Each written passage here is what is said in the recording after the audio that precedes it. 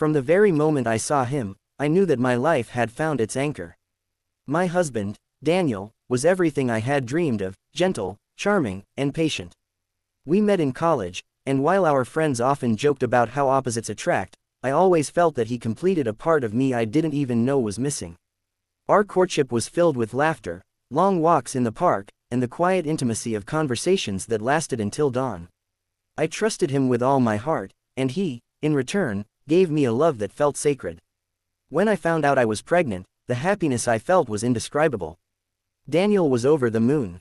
He held my hand, kissed my forehead, and promised me a life full of love and care for both me and our unborn child.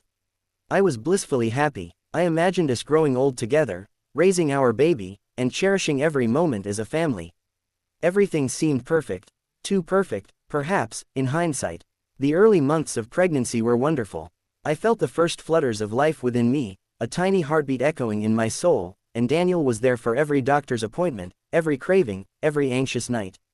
We spent hours planning the nursery, picking out baby clothes, and dreaming about our future. He would often read to me from old novels, and I would lie in his arms, feeling safer than I ever had before. I truly believed that our love was unbreakable. But life has a strange way of testing even the strongest bonds. I began to notice small changes in myself. Mood swings became more frequent, anxiety crept in where none had existed, and a quiet loneliness began to whisper in the corners of my mind. Daniel was wonderful, but his work schedule had become unpredictable. He would often come home late, exhausted from meetings, and I felt more alone than I ever had before. It was during these moments of solitude that I began to notice someone else, someone who seemed to understand me in ways Daniel, despite his love, could not. His name was Alex, a friend from my college days who had recently moved back to the city. Our friendship had always been casual, filled with jokes and shared memories, but now, in my vulnerable state, his attention felt different. He listened intently as I spoke about my fears and anxieties. He sent messages asking how I felt that day, if I had eaten properly, or if the baby was kicking. It was innocent, I told myself. Just someone being kind. Yet, as the days passed, I began to crave his attention, the way it made me feel alive in a world that had suddenly become heavy with responsibility and isolation. It started subtly, a lingering glance during a phone call, a message that arrived just when I felt most alone, the comfort of someone who seemed to always understand. I reassured myself that it was harmless. Daniel loved me, I loved him. How could a few innocent interactions threaten the life we had built? But slowly, the lines blurred. The warmth I felt from Alex began to feel intoxicating, like a forbidden flame that I couldn't resist, no matter how hard I tried to ignore it. The first time it happened, it was almost accidental. We were at a small gathering with old friends. I had worn a dress Daniel would have loved, yet for some reason, I caught Alex's gaze across the room. We spoke quietly, laughed at old memories, and when he touched my arm, a shiver ran down my spine. It felt electric, shocking, yet undeniably thrilling. I pulled back, chastising myself. What am I doing? I thought, but the thought wouldn't leave my mind, even as I returned to Daniel, who greeted me with a warm smile and a tired hug. Days turned into weeks, and my resolve weakened. Alex became a constant in my life, texts, calls, small meetups. Each interaction left me both exhilarated and guilty. Daniel noticed the change, of course. He asked if I was okay, if something was bothering me, but I smiled and brushed it off. Just tired, I would say. But inside, a storm was brewing. I was trapped between love and temptation, duty and desire. The guilt gnawed at me, yet every moment with Alex made me feel alive in a way I hadn't realized I was missing. One evening, Daniel had to work late, and I found myself alone in the apartment. My heart raced as I received a message from Alex. Can I come over? Just to talk. I know you're feeling down. I hesitated, thinking about the life we were creating, about the vows we had taken, about the tiny life growing inside me. But the loneliness was unbearable. I agreed. When he arrived, the conversation started innocently enough. He asked about my pregnancy, my cravings, my fears. But then, without warning, the boundaries I had set for myself collapsed. One kiss led to another, and before I fully comprehended what I was doing, I had betrayed the one person who had given me unconditional love. The feeling was a cocktail of exhilaration and terror, and I immediately pulled back, shaking and ashamed. What have I done? I whispered to myself, tears streaming down my face. The aftermath was worse than the act itself. I felt as though I had split into two beings, one that loved Daniel, the man who had given me everything, and one that craved the attention and forbidden passion Alex offered. Every smile from Daniel, every gentle touch, became a reminder of my betrayal. I wanted to confess, to scream out my guilt, but fear held me back. I feared losing Daniel, the life we had built, the dream of a family. And so, I hid it, wearing a mask of love while secretly drowning in shame. After that first betrayal, life didn't return to normal. It never could. The guilt followed me everywhere, clinging to me like a shadow I could not escape. I would see Daniel cooking in the kitchen, humming to the baby, and my stomach would twist with a combination of love and shame.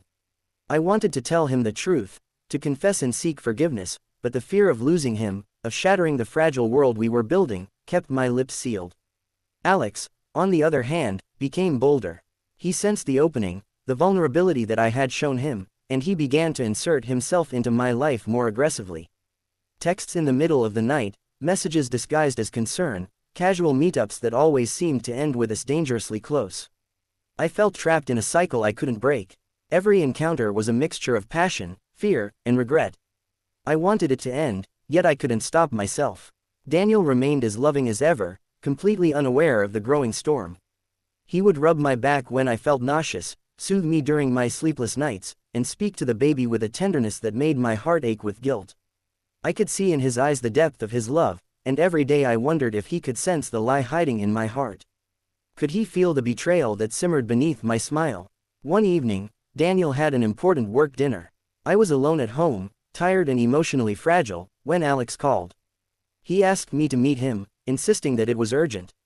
My mind screamed at me to refuse, to stay home and protect the life I had chosen, but a part of me, the weakest, most reckless part, wanted to see him. I told myself it would be the last time. I would end it tonight. I would walk away and reclaim my life. When I met him, the air between us was electric. He smiled, a dangerous curve of his lips, and I felt my defenses crumble. The conversation started casually, about nothing and everything, but soon it took a turn toward the forbidden. He reached out, brushing his hand against mine, and I felt a thrill I could not deny. One kiss, one touch, and, suddenly, I was lost again. The act itself was fleeting, but the consequences weighed on me heavily. I returned home, shaken, ashamed, and desperate to find some semblance of control. For days afterward, I avoided both men. Daniel noticed my distant behavior, asking softly if something was wrong. I nodded and smiled, refusing to let him see the storm inside me. The guilt was unbearable. I could not look at him without seeing the damage I had caused. Every word I spoke, every touch I received, became an act of deception. I loved him, yet I had betrayed him in the worst possible way. The pregnancy advanced, and the physical toll began to match the emotional one. My body changed, my energy waned, and every new symptom was a reminder that I was no longer just responsible for myself. I carried another life, one that would grow up knowing love, honesty, and trust, if only I could survive the lies I had spun. I realized that my actions were not only a betrayal of Daniel, but of the child inside me. That thought alone made my heart constrict with terror and remorse. And then, as if fate had a cruel sense of timing, Daniel discovered a message on my phone. It was innocuous in itself, a single line from Alex asking how I was feeling that day. But the way it was phrased, and the timing, made Daniel suspicious. He didn't confront me immediately. Instead, he watched, waited, and I could feel the tension building like a storm cloud over our home. Every smile I forced, every laugh I faked, was a knife twisting in my conscience. Finally, the confrontation came. Daniel asked me gently, his eyes filled with love and worry, "Is there something you're not telling me?" The words were simple, yet the weight of them crushed me. My chest tightened, my vision blurred with tears, and I realized that the moment I had been dreading had arrived. I wanted to speak, to confess, to let him see the truth and perhaps find forgiveness, but the words caught in my throat. I was too afraid. I lied. I told him it was nothing, just a friend checking in. Daniel, ever trusting, nodded, though I could see a flicker of doubt in his eyes. That night, I cried myself to sleep, holding my growing belly and wishing I could turn back time. I knew the betrayal had gone too far, and yet I could not escape the web I had woven around myself. Weeks turned into months, and the tension in our home grew almost unbearable. I felt like a prisoner in my own life. Daniel remained patient, kind, and loving, oblivious to the fact that his trust had been shattered. Alex, sensing my weakness, continued to push the boundaries, and I struggled to maintain control. I was trapped between two worlds, the one I had promised to honor and the one I had allowed myself to fall into. The breaking point came unexpectedly. One evening, Daniel came home early from work. I was in the living room, my mind swirling with fear and regret, when he walked in and noticed something, a text on my phone that I had thought I had deleted. The look in his eyes was one of hurt, confusion, and disbelief. "Why didn't you tell me?" he asked, his voice trembling. I could not speak. I could not meet his gaze. The weight of my betrayal was suddenly all-consuming, crushing me under its weight. The next morning, I called Alex. My hands trembled, my voice shook, but I spoke with clarity I had not felt in months. "It has to end. Now. I won't see you again." There was a pause on the other end of the line, and for a brief moment, I feared he would resist. But he agreed, his tone cold and final. The sense of relief was immediate, but it was accompanied by the gnawing realization that the damage I had done could not be undone overnight. I turned to Daniel, my heart heavy with remorse. I knew I had to confess everything, to strip away the layers of lies and face the consequences of my actions. One evening, after dinner, I sat him down, my hands shaking as I held his. "Daniel," I began, my voice breaking, "I need to tell you something, something I am not proud of." I confessed everything, the first kiss, the messages, the temptation, the fear, the guilt that had consumed me. I expected anger, fury, maybe even hate. Instead, I saw tears. I saw shock. I saw heartbreak. Daniel listened, his expression a mix of pain and confusion, and when I finished, he simply held me, a trembling, broken gesture that mirrored my own shattered soul. The days that followed were a blur. Daniel pulled away at times, unsure how to process the betrayal. I stayed silent when he needed space, offered comfort when he sought it, and allowed him to grieve the trust I had shattered. It was the hardest period of my life.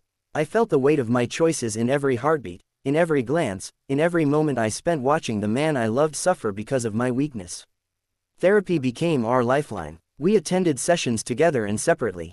I confronted the emotional void that had led me to Alex. Daniel expressed his pain, his confusion, and slowly, we began to rebuild. Rebuilding trust was agonizingly slow. Every day, every action, every word was a test of my commitment to change. I knew that forgiveness would not come easily, and that love alone could not repair the wounds I had inflicted.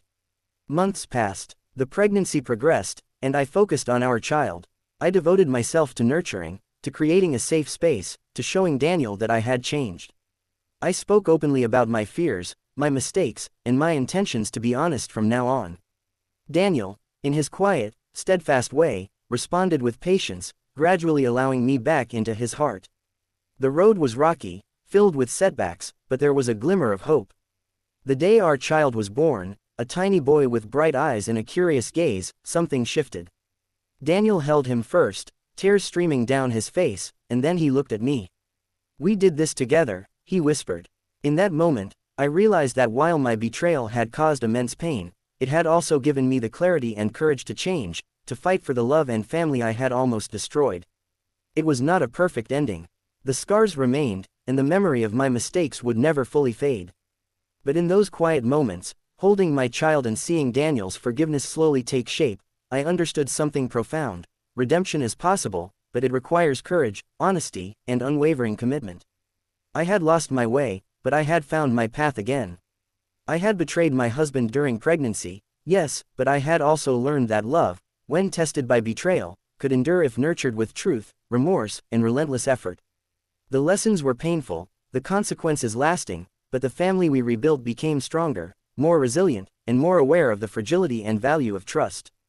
And in the quiet nights, as I watched Daniel cradle our son, I whispered a promise to myself: never again would I let temptation overshadow the love that had given me everything.